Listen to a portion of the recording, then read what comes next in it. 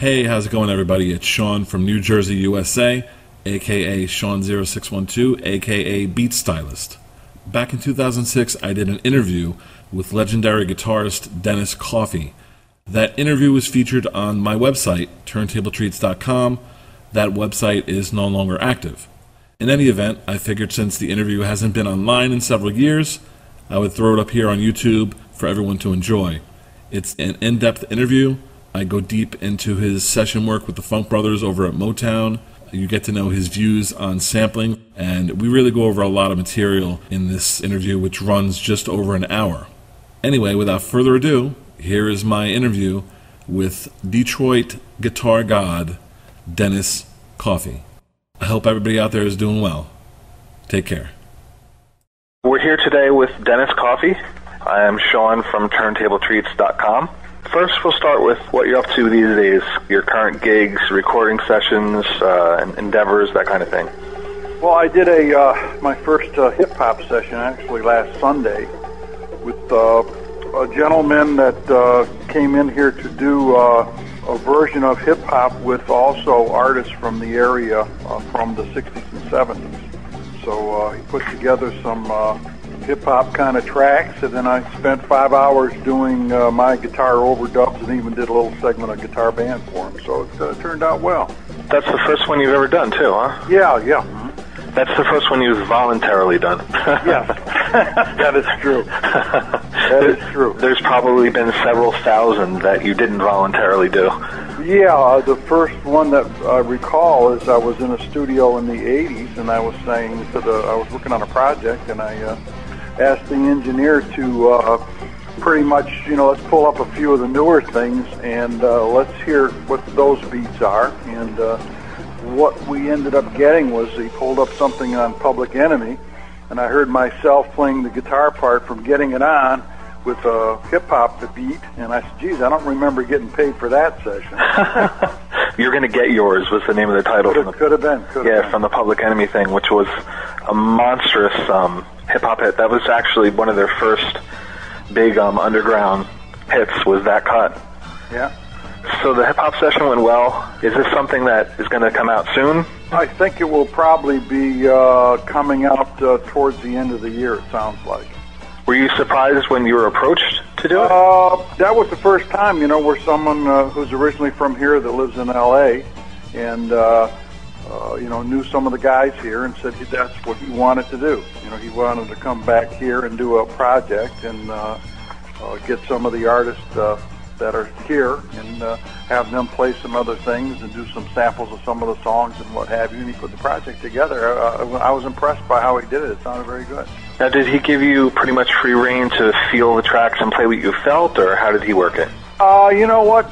He started off with, he'd play the track and say, what do you think? And I said, well, probably need a wah-wah thing here, and I'd try that. And then we kind of worked together, and he'd say, yeah, I like that, do that. And then he said, well, how about a guitar band thing on this part? Okay, and so I did that. And then, well, we need an edgier thing. How about, do a distortion? So I did that, and we just kind of went through that way and had fun with it. Were there other noteworthy musicians on the session, or? I think Lyman Woodard was on it. I did my thing by myself, overdubs, and I think the day before Lyman was in there, and maybe Marcus Belgraves was in there on another day.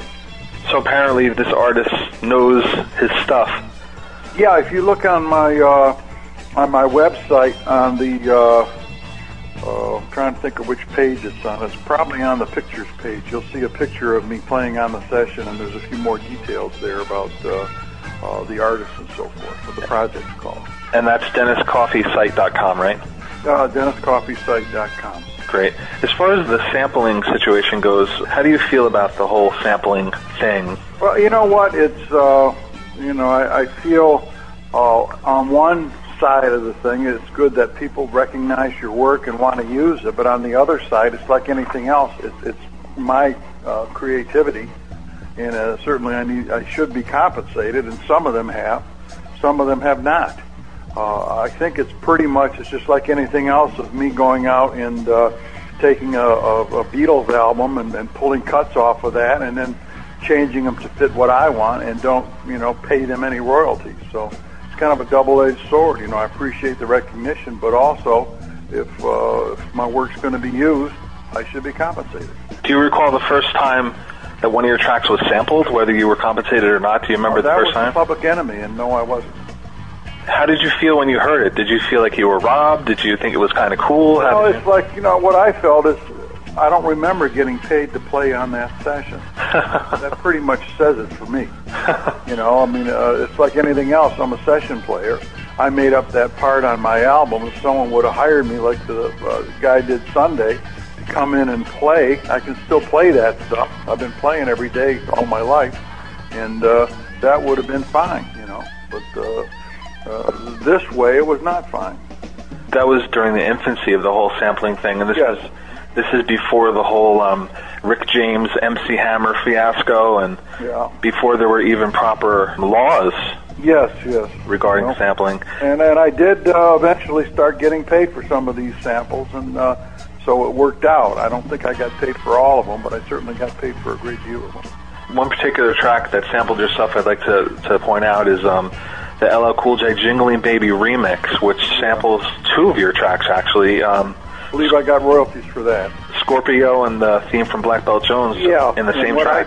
And what I did is I notified Clarence Avant, who owns the copyrights on the recordings themselves, and whatever he did, he negotiated something, so rather than some big court deal, you know, so I started getting paid on some of these things.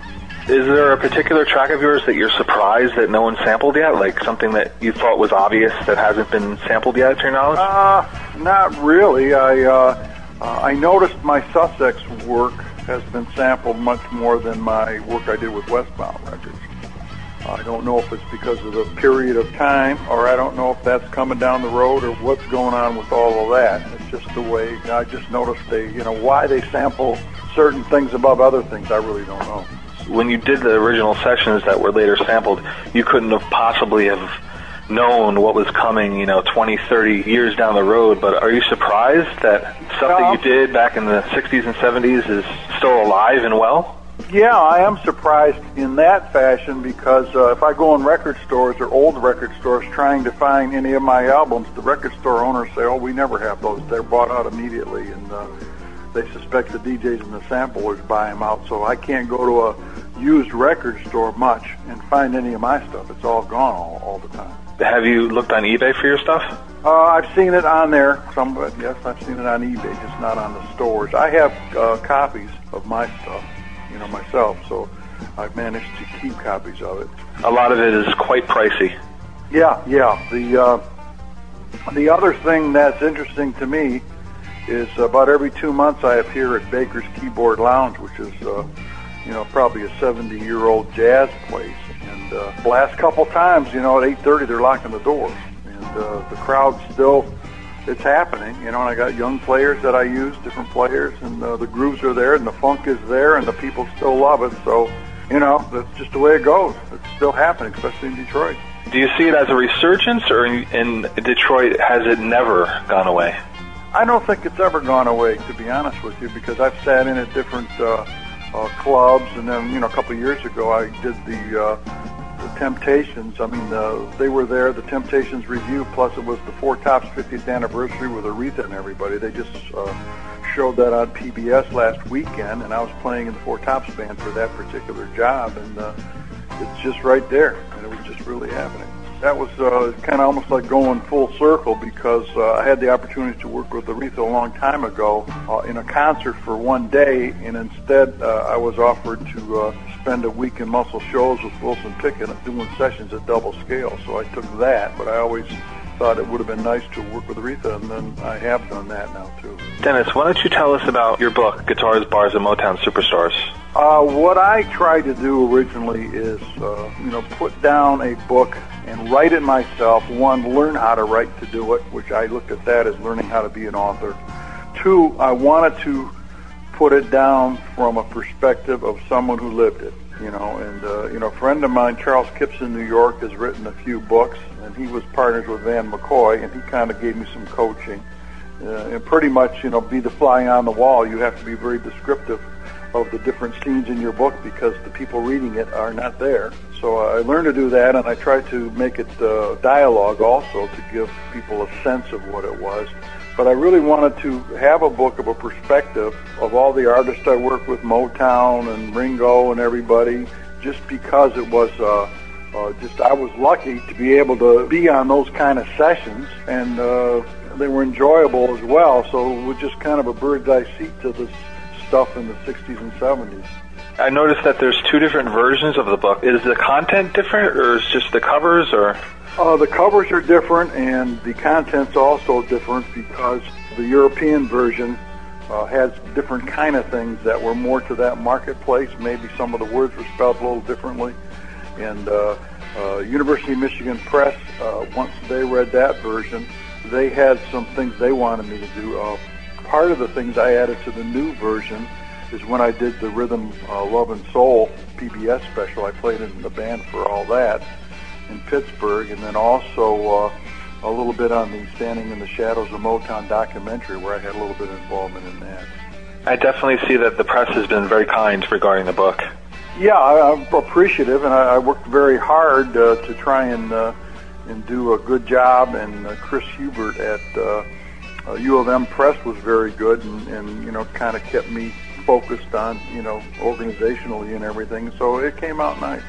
You mentioned the UK version is different. Do you find that people overseas, the music fans, are generally more appreciative, more knowledgeable than a lot of the people in the States? I think so. When the book was first released, and the first publisher to put it out was Be Cool Press in London, and I went over there on a 9-day book tour, and I rehearsed with a band in London, and I was the opening act for the Valvolettes in a Northern Soul weekender in Cleethorpes, which is a resort community, and the place was packed with all like record collectors and Northern Soul enthusiasts, and I had people coming up with they looked like they had very good conditions of 45s I had done with Mike Theodore back in the 60s that I didn't even have copies of. Wow. And they were very knowledgeable about sessions. They were asking me about, well, didn't you play on this session? And I had forgotten all about it. And I had done the BBC, and I was going 12 hours a day just doing interviews and going to these record hops in London and all this stuff. And they're playing all this music. And I met a curator from one of the museums in London. She says, we probably have more musical artifacts from the U.S. in our museum than your museums probably have over there. It's amazing that the respect and their knowledge is so deep, you know, whereas I think here they take it for granted maybe, you know? Yeah, that could possibly happen. I had one person over there that I communicate with, David Flynn, once in a while, and he's the one that I was telling about my book, you know, trying to get a deal because I couldn't get it out over in the U.S., and he said, well, why don't you send me the book and let me look into it. I might be able to get you a deal over here. And so I actually emailed him the whole book, and it was like whoa, chapters per email, attached files. And he sent me back, and he says, I kind of didn't mean for you to send the whole thing by email. But he was very nice. He's a collector and a DJ. He was in London, very knowledgeable about any of this stuff, and then he's right now in Tokyo. But anyway, she says, I'll get you a deal, and he hooked it all up for me, and got the publisher together and everything, and that's how I got the book out. That's an amazing thing. Who would have thunk that one person that you didn't even know would be that instrumental in pushing it along, you know? Yeah, and then I got a chance to see him in London, and then I think we were going to an event, him and another guy who introduced me to him, and one guy was having trouble getting into the event, so I made that happen for him as a way of at least saying thank you, you know. You gotta give him a little love at the door, you know? Absolutely, yeah. Without a doubt. Give us a crash course on the Funk Brothers. Funk Brothers, when I first encountered them before I started working at Motown, I did a late night session at Golden World, and this was the original. Benny Benjamin was playing drums on the session, and Jamerson was playing bass, and I think Eddie Willis was playing guitar and so forth. That was when I first started to meet some of these guys. And then at the same time, I used to do outside sessions where I met Pistol, the drummer, and Uriel, the other drummer, and started meeting some of the guys. But the Funk Brothers, in my mind, were the Motown sound. They were the guys, and I was fortunate enough in probably about 67, 68, where James Jamerson, the bass player, had a producer's workshop going on upstairs at Golden World, and he invited me to participate in the workshop. And of course, in that workshop, one of the sessions that we did in the workshop to experiment was the Cloud 9. And then within 2 weeks, I was down in Hitsville doing the actual session. And then after that, I was down there all the time, every day pretty much, just working with those guys. Wow. That sounds like a whirlwind. Oh, yeah. And initially, of course, I still have a letter that Alan Slutsky sent me when he wanted to put the Funk Brothers together. And because I was down there, the letter was addressed, Dear Funk Brother. Because at that time, I was a Funk Brother. But down the road, I said, this is not the time for me to... He first started off wanting to put the Funk Brothers together as a band and go on the road and tour behind singers. And I just said, I really can't do this, And then later on, the movie came, and they were doing the movie. And then they called me, and he didn't give me enough notice. I rehearsed with the Funk Brothers. I was supposed to do more in the movie. But at the last minute, he called me, and I said, I really can't do it tomorrow. I need more notice. So I only did a small piece of the movie. I probably could have done more, but I just, it was not a good scheduling time for me. What actually inspired you to get into the music business? I have an aunt right now that's 96 and still plays piano and plays well. Doesn't make any mistakes. and her and my mom and my 96-year-old aunt said, well, I remember when you were a little kid, when you were 2, and you could hear songs on the radio, and within a few bars you knew what they were, and right away you were telling us the names of them. So I think I had that connection, and then I was just always very passionate about the guitar.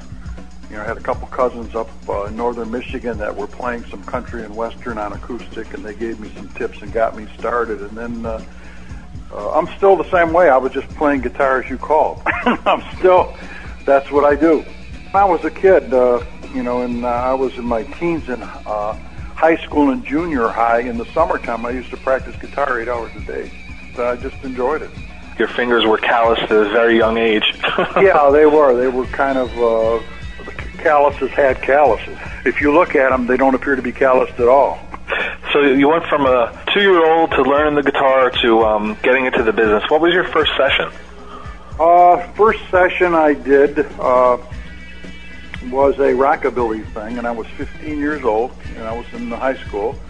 And a guy called me up that I didn't know. He said, I want you to do this session. He says, I got this record label I started, and his name was Vic Gallen, and the record was called I'm Gone. And he said, put together some musicians. So I contracted the session, and I had to make sure one of the musicians had a driver's license, because I didn't. And I booked the session, and I had 2 solos on the A side and a solo on the B side. And we recorded the record. We got paid. Went to a small studio in Detroit in the guy's basement. And so at 15, I had done my first record session. You must have been very shocked to have dreamed about it and then to actually find yourself at 15 a working, paid musician. Well, that was very interesting because I was doing a lot of stuff for nothing because I just really liked it so much. And then by the time I was 16, I rehearsed an audition with a band called the Pyramids, and I was working 2 nights a week, 16, 17, and 18 years of age, getting paid, working 2 nights a week. What was the session players, what was the scale pay for back then in the early days? I think it was like $10 or something like that a song, something, not much. But is this all for the love, I guess, Oh, yeah, it was fun to do it, and I had a great time, and I got a chance to hear the record on the radio, and that was a good thing, so, yeah, it was great. That must have been a great feeling to hear it on the radio. Oh, yeah, especially for a 15-year-old. Puts it on a whole new level. What were your friends and family saying at the time when this all started happening? I don't think they really realized, especially some of my relatives in northern Michigan. Once the book came out, I was getting phone calls from some of them because somehow I don't know how they found out about it, but they had went and got the book, and they were just fascinated, and I autographed the book for them and stuff like that. But I don't think my mom always knew because she was closer to it, but a lot of the people in the family, weren't quite aware of just the different things I was doing. I'm sure back then it wasn't quite hardly a business, you know? Right, yeah. And to me, I was just amazed that someone would pay me money to do something that I really like to do. Yeah, it's got to be a very unique thing to be that young and have those opportunities start happening, you know? Oh, yeah. It's just how it all came around, where I watched the Four Top special again over the weekend, and I'm sitting up there, and because of where I was positioned, every time they went to the singers, I'm standing right behind them playing guitar, you know. But just looking at the Four Tops band, very tight band, you know, very good band, and there was just myself and then James Carter, excellent horn player.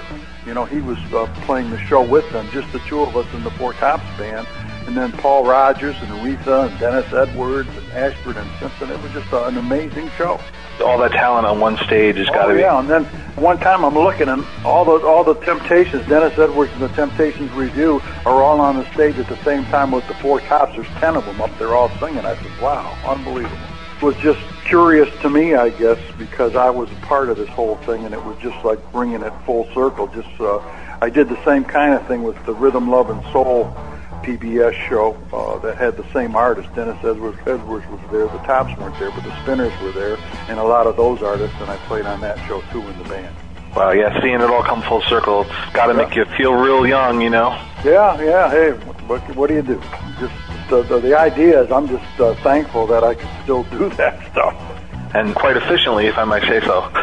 Thank you. Without a doubt. What's the favorite song that you've played on, in your opinion? Oh, boy. Is there one standout that, if you had to put it in a bottle? I think the song that just had the most dynamics and the groove and everything going on probably was Cloud 9. Yeah. The Temptations. You know, I like that. And just another song that I always liked is I did the intro to Just Your Imagination, Just My Imagination, the guitar thing, and then that whole thing was nice. I think myself and Eddie Willis did the intro on that thing.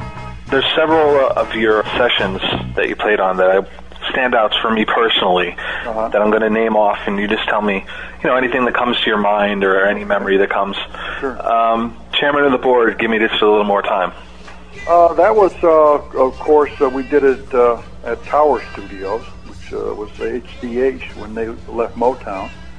They had the studios over there in the Tower Theater on Grand River in Detroit. And when I was a kid, I used to go to that theater. And so here now, I'm back on the stages where they had it all baffled off, and they had a place for the rhythm section. So I'm recording records in this old theater now, and of course, having the opportunity to work with Holland, Dozier, and Holland as great as they were as producers and writers, it was really a lot of fun.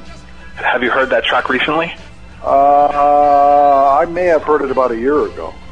How does it make you feel usually when you hear something you're not expecting to hear, kind of random played, you know? Well, it brings back memories of the sessions and the people on the sessions. I remember for 1 year back in the probably early 70s, late 60s, between HDH and working at Motown, and then going down to Muscle Shoals with Wilson Pickett, and then cutting the dramatics and all that, that I think for a year solid I was on 3 songs in the top 10 and 10 songs in the top 100 for about a year straight. Whoa. That's definitely a feat. Yeah, and then, when Scorpio was out, I was driving across the country, doing some gigs and playing some concerts, and the thing was coming on the radio from state to state, all the way across the country. Wow.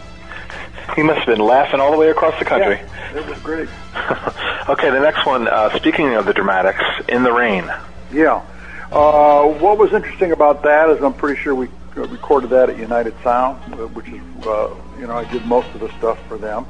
And I had a unit called an Echoplex, which was like a tape delay unit with echo on it, and I used that in the front to simulate the rain sound in the front of that song. So that's kind of what stands out of that particular song, I guess. As far as the effects that you just spoke about within the rain, was it all a hit and miss, trial and error kind of thing? I would usually, I always had a lot of different effects because I had a friend of mine that had a music store, and his name was Joe Podorczyk, and I would go there, and any new effects that came in the store, he'd let me try them. So I kind of built up a lot of different things that I could use, and do a session, I just have it there and say, well, let me try this, and see if it worked. If the producer liked it, then good. Did it take a particularly long time to get the effect on In the Rain that you were looking for? Or? Not too long, because I had used that Echoplex in the clubs. I'd used that a little bit in some of the clubs, so I was pretty much familiar with what I could do with it. So it just was a natural thing to try it. Yeah, it's definitely an amazing cut. The next one is another dramatic song. What you see is what you get. Yeah, that was another interesting effect, because I had purchased a unit called a Condor unit that was made by Hammond Organ, and it had different sounds. It was like organ stops, and you had to have a special guitar for it. And you could get harpsichord sounds and oboe, bassoon, and you could get double octave bass sounds and all kinds of things. So I used that on that low end figure that I'm doing on What You See Is What You Get. Definitely a very unique sound for the time and even today, Yeah, and I used the same sound on Don't Knock My Love with Wilson Pickett and Muscle Shoals on that bass one. Okay, next one. Marvin Gaye, That's the Way Love Is. That particular cut, I think, was an overdub downtown with Norman Whitfield. I think he had the track done, and he wanted me to overdub some low guitar parts, which was not unlike when Don Davis did Who's Making Love with Johnny Taylor down in Memphis. Classic. I brought that back up, and I overdubbed some low guitar parts on that. You did I Want You as well for Marvin, right? Yeah, I did that album when I lived in L.A., and of course Marvin was in the studio with us, and what a nice man. I mean, Marvin was just a very nice cat. So we're sitting there playing our parts, and he's walking around talking to us, and trying to, this is what he wanted to hear, or this is whatever, So we worked with him on that album. Everything I read about Marvin and every interview I've ever seen with other artists, they all say the same thing, Yeah, he just seemed very laid back and relaxed, and it was a very nice session. One of my personal favorites that you did was the Monads from the Honeycomb. Oh, okay. All right. How did that come about? Well, that was another one over at Tower Records, Tower Studios, and that was HDH. And at the time, they had McKinley Jackson was one of the arrangers over there, and I think Tony Camello did some arrangements, so I'm not sure who did what, but it was a different rhythm section. It wasn't the Funk Brothers. Originally, when HDH cut some stuff at Terra Sherma, and I played on some of those, they had some of the Funk Brothers, and then Bob Babbitt and things like that. And but once they got in gear, they had a different rhythm section, and I think I was the only one. Ray Manette was over there a little bit from Rare Earth, but once they got the Tower studio running, they had a separate rhythm section over there, because I think Motown was pretty, wouldn't let their musicians play, and they actually tried to stop me from doing it, but I wasn't really signed to them, so I just said, I'm going to do these sessions anyway. And so they got mad at me for about 2 weeks, and then that was it. Things went on as usual after that. One of the lucky ones as far as being a free spirit, from what I understand, with the Motown situation. Well, I was very lucky, because I was doing the Motown sessions. I was doing the double session every day. I do producers workshop for Motown for a couple hours in the early evening, and then I would go over to HDH, and I would do their sessions till 1 in the morning, and I was playing with a jazz trio, and I was also a staff producer for Sussex with my partner Mike Theodore, so we were very busy in those days. Yeah, it definitely sounds it. How about the next one? See what this brings back. If I Were Your Woman by Gladys Knight. Oh, that Clay McMurray, I think, was the, I talk to Clay every so often. He's got a studio in Detroit on Livernois, and he was a producer of that. And, that was, I think for that one I might have been doing backbeat. Sounds like it. Was Gladys in the studio, do you recall? Most of the time, I did one session that Gladys was producing, and she was in the studio that one time. But most of the time on the sessions, the artists weren't there. We just did the tracks, and usually the producer and the arranger were the drivers of the tracks. Right. In my opinion, Gladys is a very underrated vocalist. Oh, she's definitely can sing, absolutely, because I did friendship training and a bunch of things with her, nitty-gritty, all that stuff. Incredible vocals. Let's go on to shift gears to another world with George Clinton and the Parliaments, I Want to Testify. That was another one done at United Sound in Detroit, and I think the guitar parts were myself and Eddie Willis on that particular song. Did you get to interact with George? Yeah, I mean, he was there. He was producing the session, and yeah, he was did that. And then I did a Funkadelic album later on with him. I just can't remember which one it was, one of his earlier ones, and he was there. And that's when he was, really changing from Temptations-like group, which the Parliaments were when we did I Want to Testify, and then suddenly he went off into the wild stuff he ended up doing. Do you think that was a result of the whole Sly and the Family Stone thing? It could be. I'm sure that had an influence on Norman, too, with Cloud 9 and all the stuff. And that, of course, I brought the wah-wah pedal in, and that opened the door for me to do all the special effects because that was all part of that. And it was interesting because I was working with Lyman Woodard and Melvin Davis. We had a trio, and there's a place in Detroit called the Grandy Ballroom where all the psychedelic bands were there, and we used to play there and do psychedelic jazz. Wild. Okay, the next one, Frida Payne, Band of Gold. That, again, was done at HDH, and I, at the time, had purchased a Choral electric sitar.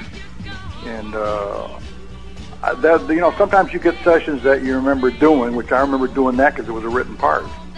And later on, years later, Tony said, we cut that in his studio in New Jersey. Well, I remember playing the part here, so... Little discrepancy there. Yeah. The electric sitar, that's definitely something that's a unique instrument, without a doubt. Yes. Did your decision to purchase that have anything to do with George Harrison's use of it? I think we were doing that stuff. The thing I did when Harrison was doing it is I went out and bought a real sitar. Real Indian sitar, and I used that on a few sessions. And once I figured out that it would take more years in my life to learn how to play it properly, I bought an electric one instead. Have you since dabbled in the sitar? Or? No, I had the electric one, and then I ended up selling it a while back. So that was kind of the end of that. Okay, the next one is two sides, actually. Wilson Pickett, Don't Knock My Love, and Fire and Water. Right. I think the Don't Knock My Love we did in Muscle Shoals, and Fire and Water maybe we did in Nashville. Because I know I did a session with him at RCA in Nashville, and I did the one session with him in Muscle Shoals. But it was interesting because Muscle Shoals, the look of the studio was kind of like Motown. It was kind of just a building kind of thing. It wasn't real fancy, just like the difference was in Muscle Shoals, of course, is we got about one song every 3 hours. At Motown, we got about one song an hour. One song an hour? Yeah. Oof. Motown. But the guys in Muscle Shoals, man, good funky rhythm section. I had a good time down there. Plenty of good southern funk. What was it like working with Wilson? Wilson was a very dynamic guy. I mean, he did, kind of did his thing, and he had it going on. Wilson did, boy, plenty funky. Energy, right? Oh, yeah, absolutely. He did a song with Wilson Pickett he wrote called Don't Let the Pollution Go Down Your Throat or some ridiculous thing. It was bizarre.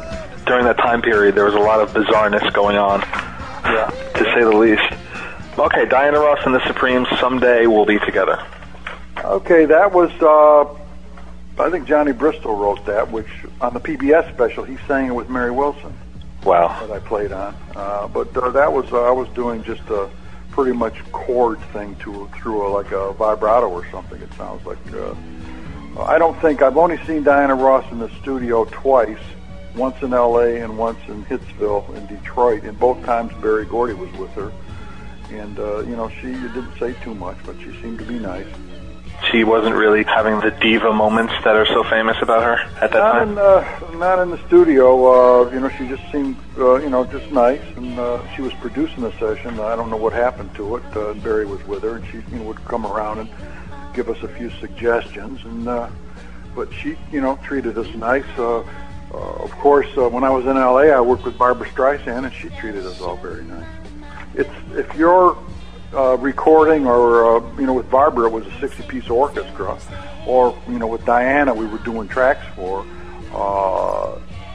It's probably not in your best interest to antagonize the players if you want to get a hit record out of it. Definitely don't rattle the cage. No. Next one is War by Edwin Starr. Of course, Edwin, I had done SOS at Golden World with Edwin. So I got to know Edwin, and War, we did, that was a Norman Whitfield thing, so we did that at Motown, which was a fun session. Norman let me do some, distortion things on the high end a little bit. And with Edwin, when I went to London a few years ago with the book, Edwin had been living there for 20 years. Wow. I hadn't seen him since the 70s when I saw him in L.A. And so some friends of mine, Mike Ritson, one of the owners of Be Cool Publishing, took me over because Edwin was playing at this big ballroom kind of industrial show, I guess it was, with like a 10-piece band. So he invited me to hear the show. So great show. Edwin was still rocking it out. It was great. And then before the show, I had about an hour to reminisce with Edwin because I hadn't spoken to him since the 70s. And then the last time I spoke with him was he was on the PBS special as well, The Rhythm, Love, and Soul. So I played behind him on that and talked to him, and then not too long after that, he was gone. The session for War, was it quick? Couple takes, or? Not with Norman. Some of his songs could take longer because he got more out of them. He was like the master at dramatics, He would have breakdowns and build them up and everything. War probably, I'm sure, took at least an hour, maybe longer. When you guys were recording it, did you think to yourself, wow, this song is going to have an impact? It's first of all, we didn't hear, Edwin Starr wasn't there, so we didn't really hear the lyrics. So those are the kind of things that the producer and the arranger were always there on these sessions, and they knew what the songs were. So we focused on, what we were trying to do, read the charts and come up with some gimmicks and try and make the thing a hit and, that kind of stuff. So I guess it wasn't until the record was finished that you heard it. Yeah. When I did Still Waters Run Deep with the Four Tops, they weren't there, but Frank Wilson was producing that. And throughout the session, the groove sounded backwards. I said, wow, this doesn't feel right. And when it came out, it all fit. Sounded great. Okay, let's see. A couple more here. Temptations, Ball of Confusion. That was interesting because in the front I used the Echoplex and I used the fuzz tone, and I was doing some chordal things because one thing about Norman Whitfield is, I'd come on the session with all my toys and whatever, and he'd say, man, what do you got for me today? Pull it out. Let's see what it is. And he'd let me use all that stuff. Let you go. Yeah. Yep. What about Cloud 9? Cloud 9 was, again, the first, that was the first session I did at Motown because I was in the producer's workshop, and I pulled out the wah-wah pedal during the workshop, and once Norman heard that, he said, wow, that's what I want. So that was my first session at Motown doing that. The figure was written, but I added the wah-wah, the da-da-da-da-da-da, and the wah-wah thing, and then at the end I did the solo on it. You can hear we got what's going on the track and just hear all the different rhythmic things. That thing was smoking. Just My Imagination you mentioned before. What was that like? That was a different kind of thing for Norman, and it was a ballad. And again, we just came up with the intro, that da-da-da-da-da-da-da-da, with just a figure I came up with. Wow. And then Eddie Willis was answering it with a little thing.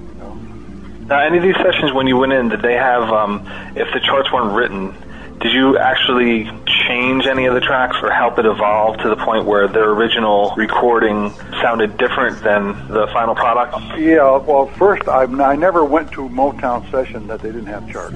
Early on, they may have done that, but when I got there, they always had good arrangers, Paul Reiser, Dave Vanderpit, Wade Marcus, those guys.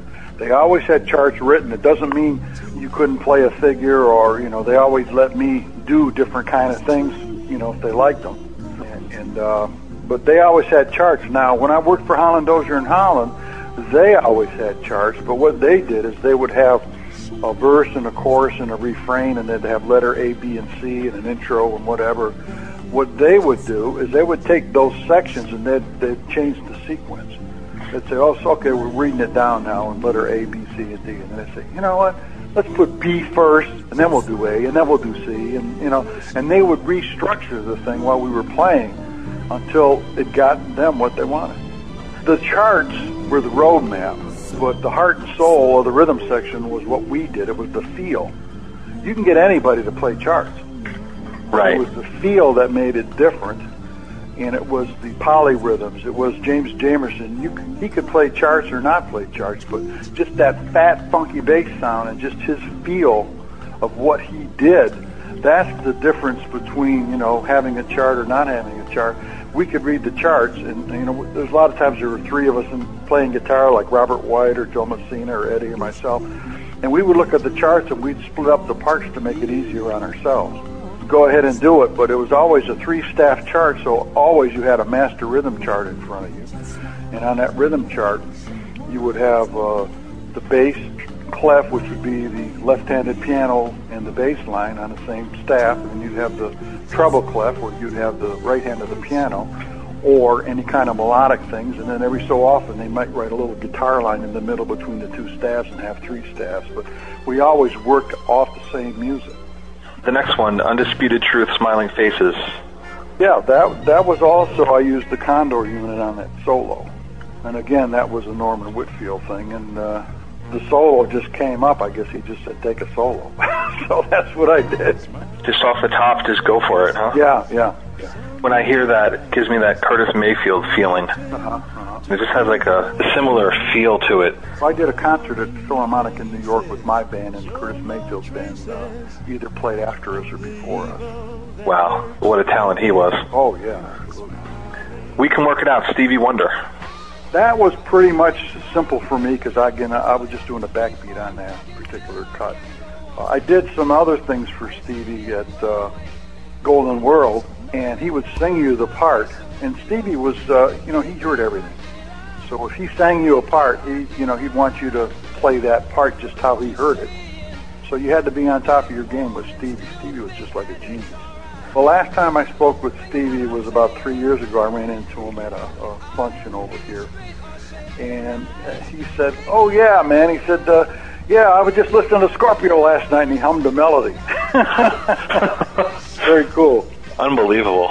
Mm-hmm. You also played on the Edwin Starr's Help in Harlem album, right?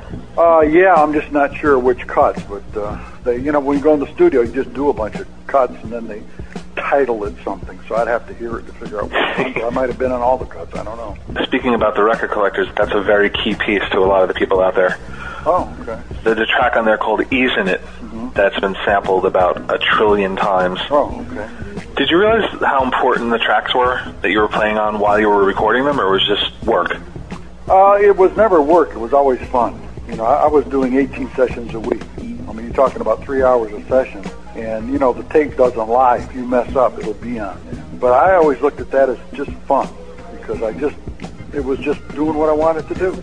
And I was playing this hip-hop session last Sunday, not yesterday, but a week ago. And I told the guy, well, hey, you want to do some more sessions? I said, just give me a call. I says, because that's my game. That's definitely the stuff that you do. That's right. Without a doubt. So there wasn't like a song or two that while you were recording them or once it was done, before it actually impacted, you kind of knew it was special, or you kind of knew it was going to make noise kind of thing? It's interesting. It's just like when I recorded Scorpio, I figured this thing was really happening. Okay. A year and a half later, nothing happened to it. It was stiff. So I did another album with horns and strings, and suddenly Ron Mosley in New York was a promotion guy, national guy for Sussex. He called me up and he says, I've been going in a dance clubs, and he says, they are playing Scorpio to death.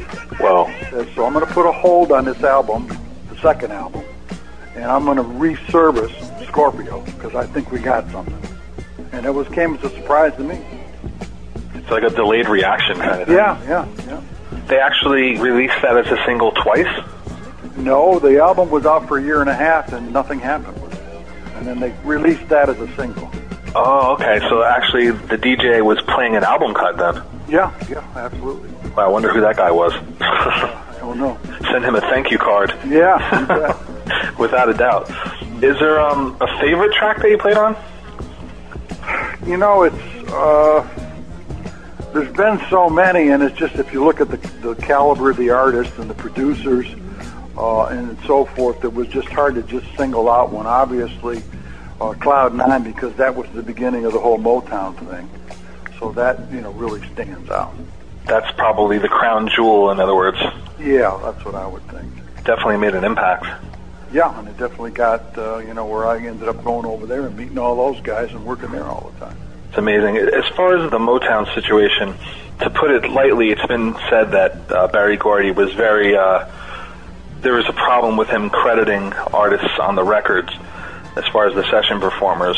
How did you feel about that? Well, the first time anybody got any album credits over there, to my knowledge, was an album I did with Ashford and Simpson, and I took a guitar solo on it. And they fought with Motown to get our names on there. And lo and behold, Motown relented, and our names went on there. Huh. I know they told me later, that it was a real, because they were living in New York, and Valerie told me it was very difficult for them to get Motown to agree to it, but they finally did. What was the point of them doing that?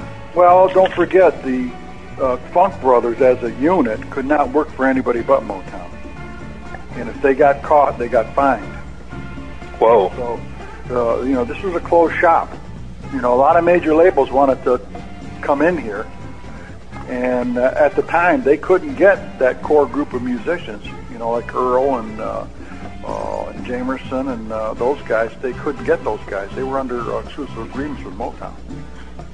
So he had them pretty much locked down as far as the... Sure, yeah.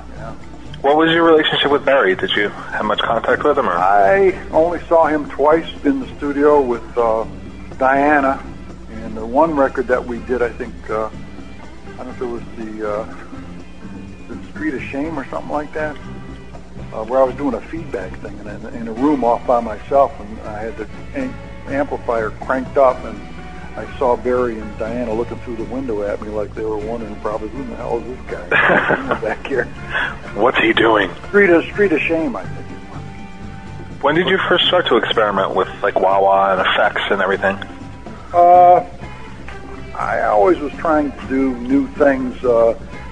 If something came, because I'd always listened to records and so forth, or the radio, if something was on there and I didn't know what it was and it involved a guitar, I would go over to this friend of mine that had the studio, or I'd see somebody playing something, I'd ask them what it was. And I always seemed to be doing it. Did Hendrix have any, did he have an impact on you? I knew he and Eric Clapton were using the wah-wah. And I listened to some of Jimmy's stuff, but I don't think I really tried to be what he was doing, or Clapton at that time, I guess. I was listening to a lot of the blues guys, like T-Bone Walker and B.B. King and those guys, and Jimmy Reed and all that stuff, and just kind of went into, and I was listening to even when Burton was James Burton, and you had Scotty Moore doing the rockabilly, and that segued up to listening to Wes Montgomery. Yeah, there's so much stuff going on, so many different flavors of music at the same time, Oh, yeah.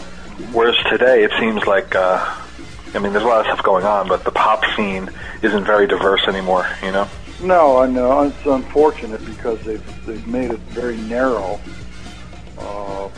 Unless you listen to satellite radio, then it becomes broad. Again, when I'm in the club playing, the audience is old and young and black and white, and they're all responding. And each time we play, we get off into something different. And a lot of energy and a lot of wild things that almost sounds like ahead of jazz, and some of it's traditional, some of it's still got some bizarre. I'm still using echoes and fuzz and wah-wah and all that wild stuff, and they're still responding to it. Good things never die, Yeah, well, I try and do different. I got young players, and they add something different, and we take some traditional jazz things and end up doing some things with those and adding some funk and everything. It's wild. You did lots of sessions, everyone knows that, but did you do a lot of live gigs as well early on? Tours? I was playing initially. I was playing backups for some of the Motown acts, like the Velvets, and even Edwin Starr when he was with Motown at the 20 Grand. I played in the backup band doing some of those things. And then prior to that, I was doing top 40 bands, and then I was doing teen clubs when I was a teenager, playing then. And then when I was at Motown, I was playing 4 nights a week with Lyman Woodward and Melvin Davis in a jazz club. Did you ever play on any TV appearances with any of the Motown people or anything? No, other than I did Soul Train twice live with my band, and I did the Mike Douglas show with myself, and then I did Bandstand, American Bandstand. Do you have all that footage? No, I don't have any of it. I wish I did. In L.A., I was on call I did in concert with the Temptations, and they sent me a thank you letter. Really? Yeah, and then I did Midnight Special all the time. That was a big thing. Yeah, whatever acts they would have on that. Is there a most pleasurable live performance that you recall or that sticks out? Well, I certainly like Soul Train, and right now the things that I'm really enjoying is the Baker's Keyboard thing here that I'm doing. But other than that, it's just different. I've always been a fan of the club sometimes because they're so intimate and the people are right there. And if you've got a good audience, you'll play twice as good. It just helps you be creative. Instant response and instant affection, I would imagine, Yeah, it's like it doesn't get any more real than that because there's no one in between you and the audience. So if you play stuff they like, they respond. If you play crap, guess what? They might throw something at you.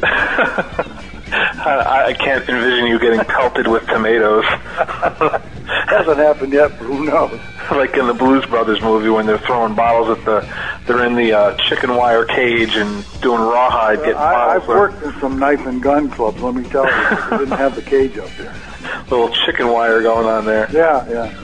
As far as recording sessions and touring, did you ever travel all over the world and do different sessions in different countries? Well, I did the tour in London and the UK, and book signings all over the UK. Before that, when Scorpio was hot, I did the Philharmonic in New York, and I did McCormick Place in Chicago, and I did the Cobo Arena here, all the big, and then I would do Sportatorium, I think, in Miami. I did Constitution Hall in Washington, D.C. So, I took about a year and did some of that. What was the Philharmonic like? That must have been amazing. It was just nice. It was a nice room, and, it was just an interesting thing. Here's an off-the-wall question for you. What's the worst job you've ever had? The worst job? Boy, I'm trying to think what would be the... I don't know about worst. I would say when I did the PBS special in Pittsburgh, they didn't have any rhythm chart. They sent me a CD of the songs, but they said, well, you might be doing these 12 songs. And what I found out when I got there is I think they're Solid Gold, or the name of the band that does all those things, write their own charts. And the one guitar player wrote his out in the Nashville system. Everybody wrote their own charts. So I said, one of the conditions, I said, I'll come in a day in advance and rehearse with the band so I figure out what I'm doing, because you have to learn so many songs. Right. And at that point, I found out I was the only guy without music. Everybody else had charts. Oh, boy. So I said, okay, here's the deal. So the one guy that was owned the studio that we were rehearsing in was also the guitar player. So I said, when we get done with this thing at rehearsal, I'm going to sit down with you and I will write my charts and you'll help me do that so that I make sure I get something too. So that's how I got the charts. But it was they were long days because we would we rehearse all day, and then the day of the show we rehearsed all day, and then after dinner we did sound checks, and after dinner we played. So that we were working, and then I got to bed at 2, and they booked a flight at 5 in the morning. So here I go to bed at 2 in the morning, and I got to get up at 5 in the morning to get a flight home. That was not a good plan. Sounds like they were throwing you to the wolves. Yeah, that was a pretty tough deal. What's your favorite guitarist ever? If you had to pick one. I think the guy that I really liked playing was Wes Montgomery, and I got a chance to meet him a couple times and sit down at the bar with him. And he was just a nice guy, and he was the one that really inspired me to start doing some jazz as opposed to just all the funk and everything. And Wes was the guy. And later on, I met Joe Pass and used to go over to his house. He was another guy that was really inspiring. So those are two of your favorites. Yeah, I think as far as, in the early days, of course, there was everything to, rock, Chuck Berry and all the stuff he was doing. He was such an innovative type player, so those kind of guys. You collect guitars as well. I see on your site you have pictures and stories of all your guitars. Quite interesting. Well, some people collect guitars. Those are all like my babies. Those are guitars that I still play. There's not one guitar I have that I don't use. So they're still in rotation. Absolutely. I just never got rid of them. They all have a function, and I still use them. And that's what they are. So I've never collected a guitar to collect it. I always use them. They're tools for me. I guess you could say you've accumulated guitars. Yeah. Rather than collected. I just realized that once you have a guitar that has been with me in many sessions, or that kind of thing, it has a certain vibe to it, which when they first had the Motown Museum, they were going to do a thing with the Henry Ford Museum. So the Firebird guitar, the Gibson one that I had, I loaned it to the museum for a couple of years. And I went into the Hitsville, the Motown Museum. They opened the door, and I don't know, that door's been probably locked for 30 years, to the snake pit. And they opened the door, and I walked in there, and it was pretty much empty. But you could feel the vibes. There was a spiritual vibe in that room that I felt. Wow. And just so I'm not crazy, Jack Ashford in the movie said the same thing. He felt the same thing when he went in there. And then I walked the curators of Henry Ford and Motown around the room, and I says, you cannot have this room empty. The people have no feel for what went on here. And I says, here's who sat where, what they played, what kind of instrument, even the brand names of some of them, and I staged it for them. So then they went out and put instruments in there. It was interesting with the Hitsville thing where it had been locked up for years. And when they opened it and I went in there, it was like spooky. Just real different. It must have brought back mega memories, too. Oh, yeah, sure. And, when Benny Benjamin, when he passed away, he was in the funeral home right next to the studio. And we took a break from the session to go next door. It was really bizarre. Wow. So much of your life was spent in those walls, Sure, absolutely. Do you have a lot of photos from those days? I never took any pictures. I was too busy trying to kind of do my job, to make sure that I could handle what was presented to me musically. So I don't remember any of the guys having a lot of. Somebody else there may have taken pictures. Was there one person that you reported to kind of thing at Motown? No, the way it worked for me, Hank Cosby was Stevie's producer, and he was a contractor. And he would have his secretary call me, and she would tell me when the sessions were. And so that's how it worked. And then I would go pick up my checks, downtown at the end of the week or whatever, and that's kind of how it worked with me. Was it a very stressful situation at Motown? I got to know the guys. I knew most of them anyways, but the ones I didn't, like I didn't know Earl before, and not Robert, or Joe Messina I knew. But no, it was fun. I mean, I thought it was fun, but it also, when you're in there and the clock's running, you have to get things done. But I never looked at it per se as stress, but it was like focused. It was almost like focused fun. Was there a deadline, like it has to be done by this time? Well, we would have to get 3 songs done in 3 hours, and if we didn't get that third song, we might have to go into overtime, which is kind of expensive, but we would. It was a friendly atmosphere. It was a creative atmosphere. You didn't have people saying, oh, you made a mistake, or, well, we didn't get this dog on it, or all that. You couldn't do that. Because that would take away the whole karma of the thing, I think. Was it a tightly knit community, like a family atmosphere? Yeah, that's what I felt. The musicians, we were always the same guys there most of the time. And I got along with everybody. They got along with me. I thought it was great. Did the race thing ever come into play at all? Not the time I was there. It never did. Didn't seem to be an issue. No, the real issue was in Detroit, and still is, you can play or you can't play. If you can't play, that becomes an issue. That's the issue. If you can play, it's okay. Yeah, that was the deal at Motown, if you couldn't play and you happened to get there for one session, you weren't called back. That was the deal. As far as your solo work, what's your favorite Dennis Coffey solo album and single? I gotta say Scorpio was the favorite single. I'm still doing that in the club, although a little bit different than I used to. And I had also a thing called It's Your Thing. I had an album before the Scorpio album, and that was on, it was called Hair and Things. It had It's Your Thing, and that was my first album. It had a lot of different cuts on it. And that was done live, most of it in the studio. And that's an interesting album just because of it. It's plenty funky. You know, Bob Babbitt and, was on bass, and some other folks, and I had Lyman Woodard on keyboards, and Melvin Davis on drums, and I had Andrew Smith, and Tony Newton played a few bass things, but we did about 5 or 6 long cuts live. It sounds pretty funky. It's a nice album. So it was pretty much like a free-form jam session type thing? Well, the songs were structured, but they were, because I was playing with Melvin and Lyman at the Frolic Show Bar, and we were doing 4 nights a week funk gigs, so it was kind of spin-off of that. That was your first solo LP then?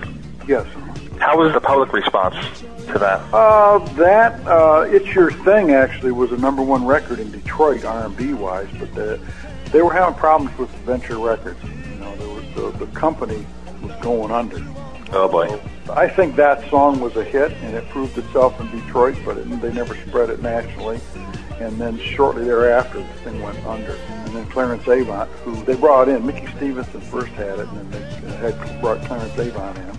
And the thing still went south, so then Clarence started his own label, Sussex, and offered me another deal, me and Mike Theodore with that label. How long did the album take to record? I did most of the tracks the first week, you know, especially the ones that were live. And then, you know, probably mix downs and all that. I think that album went pretty quick, 2 or 3 weeks probably. It has a very interesting cover, too, as well. Yeah, the cover art. Pretty bizarre. No question about that. Yeah. As far as the recording process, your solo stuff, how did you go about recording your albums? Well, the Scorpio album, when I recorded that, I had the Funk Brothers, but I was the only guitar player on the session. I didn't have any of the guitar guys from Motown. But I had Babbitt on bass, and I had Earl Van Dyke on keyboards, and I had the percussionist Jack Ashford, and I had Bongo Eddie, and Uriel and Pistol on the session. And I played rhythm guitar and kind of had the charts where I wrote the charts for it. So Mike Theodore was in the control room, take care of that end of it, and I played guitar, I played rhythm with those guys, and then we recorded the session that way. Were any songs born in the studio? That was too costly. When I worked with Mike Theodore and we cut anything, we always had charts because it was very difficult to get everybody aligned if you're going to make up stuff. That gets very expensive. We were given budgets to work with, and early on, Mike Theodore and I were given the keys to Terry Sherman's studio at night, and we would take bar bands and we'd meet there at 3 o'clock in the morning, and we'd have charts or do songs they knew. You know, we were trying to learn how to produce and trying to get something happening there, so we had the graveyard shift. Burning the midnight oil. You bet. As far as the Scorpio single itself, where did it come from? That's a very unique sounding track, you know. I mean, even today it sounds very unique, you know. Well, I was sitting in my basement. I had a Sony Sound on Sound, and Mike Theodore and I were writing horn and string parts for, you know, all kinds of stuff. And I had this idea, what would happen if I wrote horn parts and played them on guitar? So I had this Sound on Sound thing, and I did some demos of that concept. And I played that for Mike, and he says, yeah, this is great, let's do this. And so when I did Scorpio, I had 9 guitars playing the melody. I wrote them out like horn sections. I had Joe Podorczyk, a friend of mine, and I had Ray Manette from Rare Earth, and the 3 of us sat like a horn section and read horn charts. Huh. And that was the melody. That's definitely an idea out of left field, you know? Yeah, that's why we called it Evolution, that album, because if you listen to that, you'll hear horn parts, but they're really guitars. I guess it's a matter of the effects and how they're played and whatnot, you know? Yeah. That was a platinum album as well, too, wasn't it? Album did good, yes. As far as the Scorpio song, that's a very big breakdance record, too. Right. Very big. That whole breakdance hip-hop thing related to your music, is that something that you're curious about? Does that kind of baffle you, or do you understand the whole scene? One thing I understand is when Scorpio became a hit, and I was in Brooklyn, I think it was, playing in a hotel banquet room with 2,000 people. And we went into Scorpio, and I looked up, and there was a conga line of 2,000 people dancing to that record. It became very clear to me what was going on. First-hand knowledge of what the situation is. Yeah, you bet. Was there a particular radio station that broke that record? You remember you said there was one? WJLB, which still exists here in Detroit, was playing that record, and I remember I was listening to the station. I went out in the parking lot. I was at a bar, and I went out in the parking lot. Theodore was still in the bar, and I was listening because I wanted to see what the record was going to do, because it was 13 the previous week, and I wanted to see if it was going to go up the charts or not. It's kind of nerve-wracking because they kept doing the countdown, and it was gone. I didn't hear it. I said, oh, it probably fell off. And then suddenly, number one record, Scorpio. It went in 1 week here, 13 to number one. So it was just smoking up the charts. Now, as far as all the other tracks on the album, when you guys did it, did you look to Scorpio as the one, or totally not? I didn't know. The album, we liked the album, and I was hoping to get some R&B and some jazz play on some of the cuts and everything, and then that whole year and a half, nothing happened. Yeah, but I got to say, Scorpio came off out of left field as far as the single. So that's something that you definitely wouldn't have even thought to release as a single? I didn't know, what would happen, and it's just sometimes you never do. It's up to the people, and that record was truly the people chose that record. Those days were very album-driven, whereas today it's all singles and singles and singles, Yeah, I think the people and the people who listen to records, the people who support the music, they are the ones that I believe are important, and they are the ones that decide what they like. And I think that's kind of that's the truth.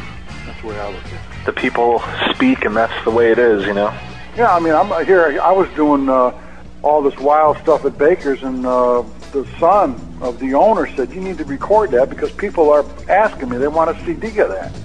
I said, "Well, I haven't recorded it because it was just, we're going in a new direction. At some point in time, I need to figure out to record that or get a label involved and record it live." The owner says, "These people are bugging me. I want a copy of it," he said.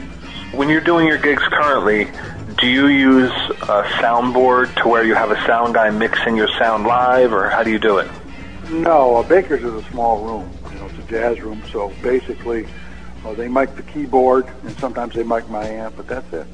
You said that you're very comfortable at that location as far as where you play. I mean, maybe it would be a good thing to bring in a sound guy and just record a night, put it on disc. Well, that's what was presented to me, and I just have to think about that, whether it's going to be the next time or the time after. I'm doing there May 20th, but I have to go down and do this Ponderosa Stomp down in Memphis on the 9th, I think it is. So once that stuff settles down, I may, do something like that.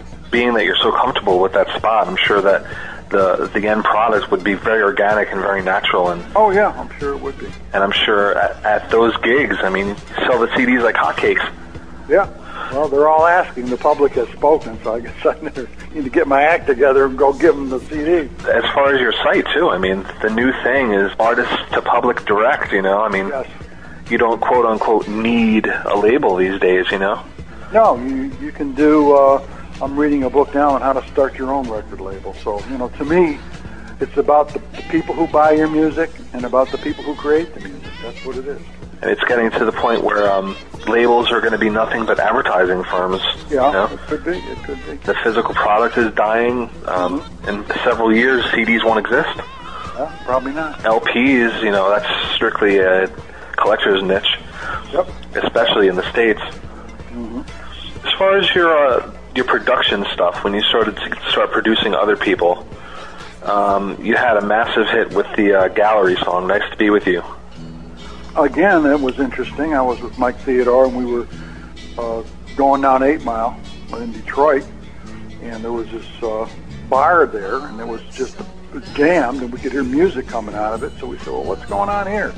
So we pulled in, and there was Jim Gold playing acoustic, and another guy playing acoustic with him, and the place was packed, and they're all dancing, and it's just jammed with these two guys. Saying, well, what's going on with that? And that's where we got involved with them, and that ended up being the Gallery. So you went into the studio with them shortly after that, I assume? Yes, Now, when that single blew up like it did, and when it exploded, how did it make you feel? Well, it was just quite interesting because it was a good record. And, we heard it. I mean, it was just a good record, and it just happened. It's hard to say because all records that you think are going to be hits aren't hits. no one can pick them, So when they are, it's very exciting. That's a very, very pop record. As far as the stuff that you were doing as a session guitarist and as a solo guitarist, in comparison, in my opinion, that seems to be very pop compared to the other stuff. Did you think while you were recording that stuff that, hey, this is very bubblegummy? Yeah, we did. And, before that, I had done sessions with Del Shannon. I did hit records with him. So I had also played on pop hits at the time. And then when I was in L.A., I played with Ringo Starr, and I'm playing with Streisand, Tom Jones, stuff like that. So there's a whole different thing happening. The Gallery song is still, that's a radio staple. They still play that thing constantly, Yes, they do. Mm-hmm. It's kind of like one of those, who sings that song records. Yeah, sure is. Absolutely. How did the Black Belt Jones soundtrack thing come about? Well, I moved to L.A., and Mike Theodore moved there too, and Clarence Avant had Sussex, and we were working with him, and I told Clarence, now that I'm out here, I'd like to get involved with a movie. And he hooked me up with that because he had some friends at Warner Brothers, and they apparently had already done most of the scoring, but they needed a love theme and a main theme, and they wanted some kind of linkage and a record to be out and all that stuff, and so he set that up for me. Did they give you any storyline, any movie footage, anything, or they just told you? I sat there and they showed me where they wanted the scenes, and I had the script of what was going on, and we discussed the kind of music they wanted. Then I thought it would be interesting to write out some vocal charts, like I did horn charts, and I would have them sing on microphones, and I did a 4-part counterpuntal thing, and I ran them through a wah-wah pedal. And that's the voices on Black Belt Jones. Those are the sounds like towards the center of the track? Yeah. That sounds like counterpoint. They're talking? Yeah, that's counterpoint, 4 vocal pieces. That's the part that we spoke about earlier that LL Cool J sampled on that Jingling Baby remix. Yeah. He sampled that part and the Scorpio main riff. Mm-hmm. Yeah. I always wondered what that sound was. That's what it was. I wrote out charts and for the soprano, alto, tenor, and bass singers, and had them doing answers and counterpoint to one another, and I ran the whole thing through a wah-wah pedal. So those are actually vocals? Yeah, they are. I wonder what they were saying. Do you have any idea what they were saying? They were just doing... ad-lib? No, they were doing syllables like dot, dot, dot, dot, dot, dot, dot, dot, dot, dot, dot, all that stuff. As far as the CJ and Company situation, that made a lot of noise with that Devil's Gun LP. Yeah, they had... also, we had CJ and Company as a group called the Strides back in the late 60s. And so they came back to us, and we changed the name, and they added a couple of girls to the group.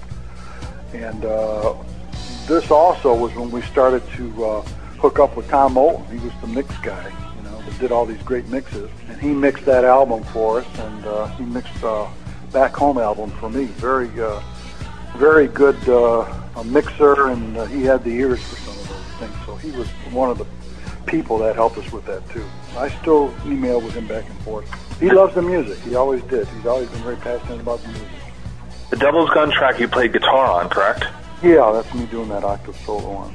And We Got Our Own Thing as well? Yeah, I think so. Yeah, I'm on there too. When you guys went in to do the sessions, did you go in to make a disco record? Yeah, that was where the whole market was shifting, and that was, Armin was looking to try and get some hits. So we said, well, let's try this market. Let's give this a try. Did you have any apprehensions about making a disco record? Not really. I just studied what it was and said, well, sometimes you have to be a little flexible, and that's just what happened.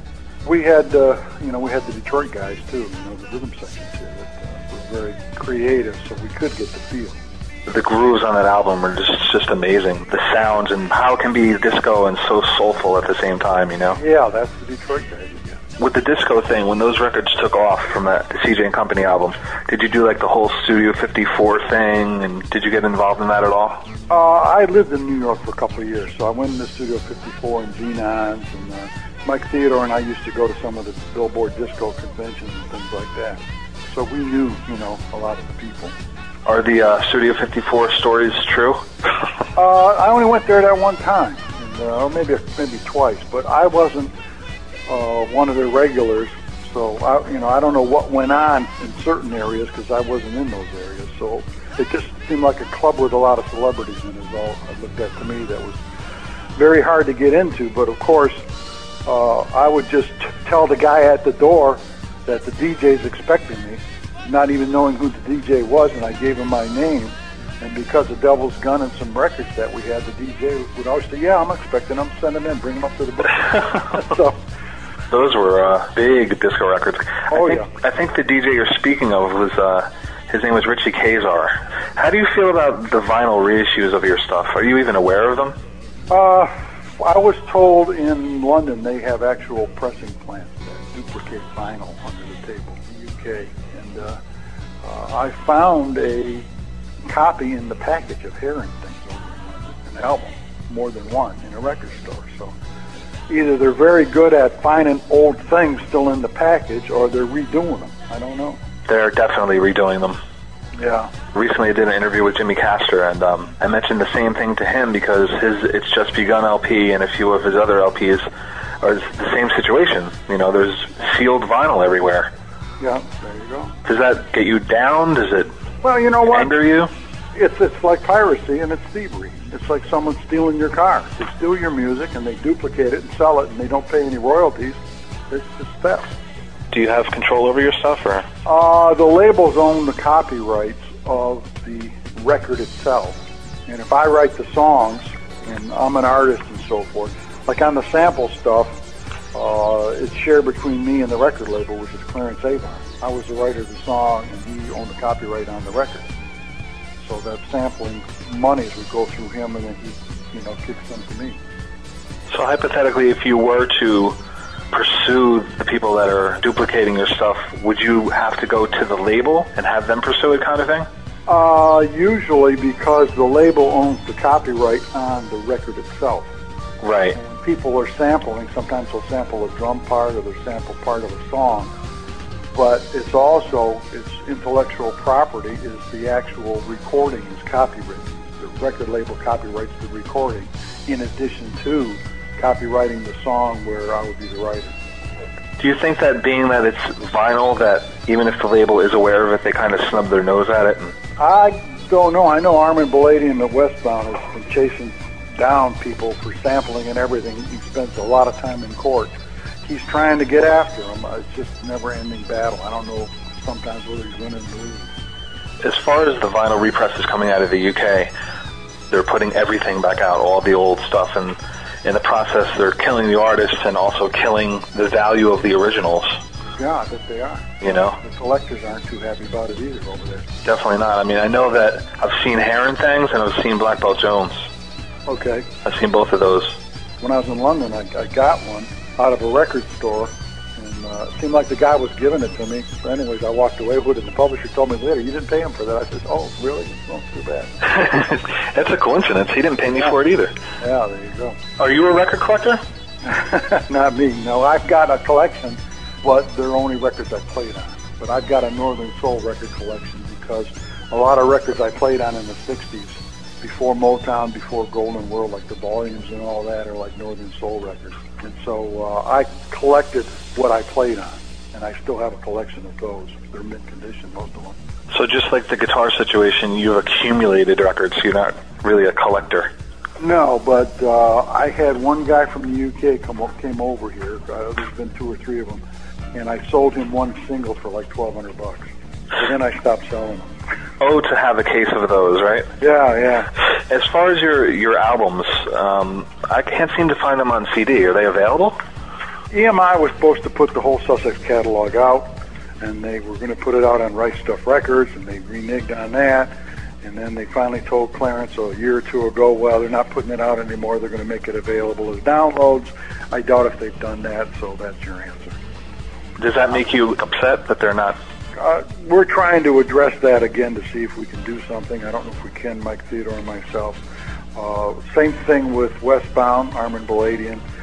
He had some deal with Ace Records, so some of the stuff went out overseas. But as far as if you go in any record store and look for catalog stuff of anything that we've done in our career, you won't find it. And, I don't know what to do about it, but that's kind of what it is. Do you know where most of the masters sit? Like who actually has the tapes? The tapes, Mike Theodore and I have gotten back some of the Northern Soul stuff in the 60s, And we are pursuing maybe talking to Clarence and Armin to try and get some releases so we can release some stuff ourselves. So we'll see how that goes. We do have things we had out on Lynette and the Strides, which is, again, free CJ and Company, and things like that we may be releasing. Maybe one day a remastered reissue of all the stuff. That would be beautiful. Sure. You know? I know. Tom Bolton, some of the mixes that he did, the Back Home album that he did, he'd love to, to see that out again, but it's not happening. I just have a few more questions for you. As far as your live show now, do you do a lot of covers? I do some jazz standards, and I do Scorpio, but it comes out totally different than the original. Different arrangement? Yeah, when it's organic. All the stuff that we do, I can't tell you how it's going to come out the night we do it. It just comes out. And we do like long songs. We'll do 20 songs, and we'll do a song may go 15, 20 minutes long that's going through all kinds of different funk stages. Wow. Percussion stages and solo stages and just, wild stuff. So it grows on its own. Each night is different, but the people they're packed in there, so they like it.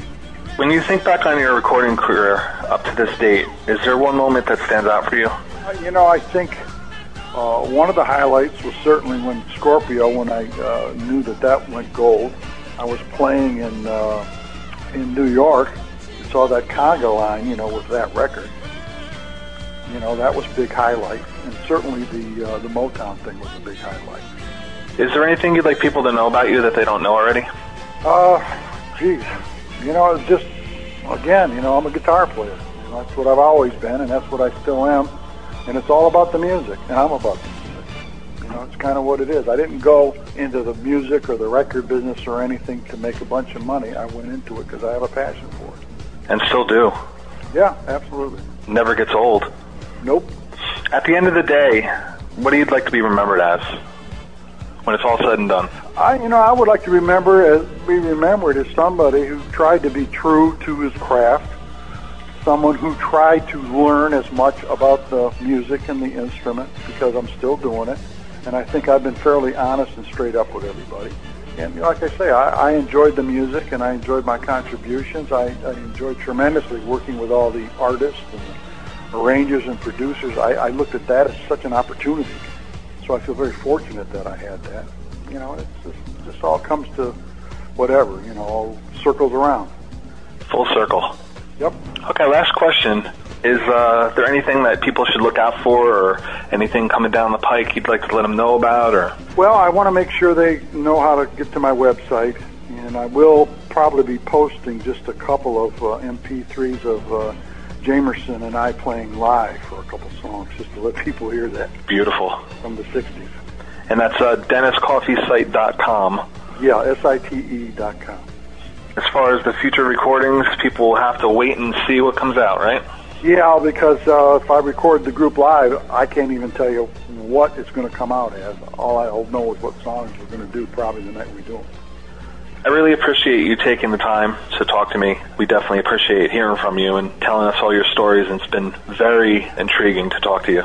Well, I appreciate you taking the time to call me because, again, it's all about people who are interested in my music that has given me whatever I've gotten out of it. It's definitely good to talk to you, and hope to talk to you again soon. Good. All right, thanks. I appreciate it, Dennis. Thanks a lot. Talk to you later. Bye. Take care. Bye-bye.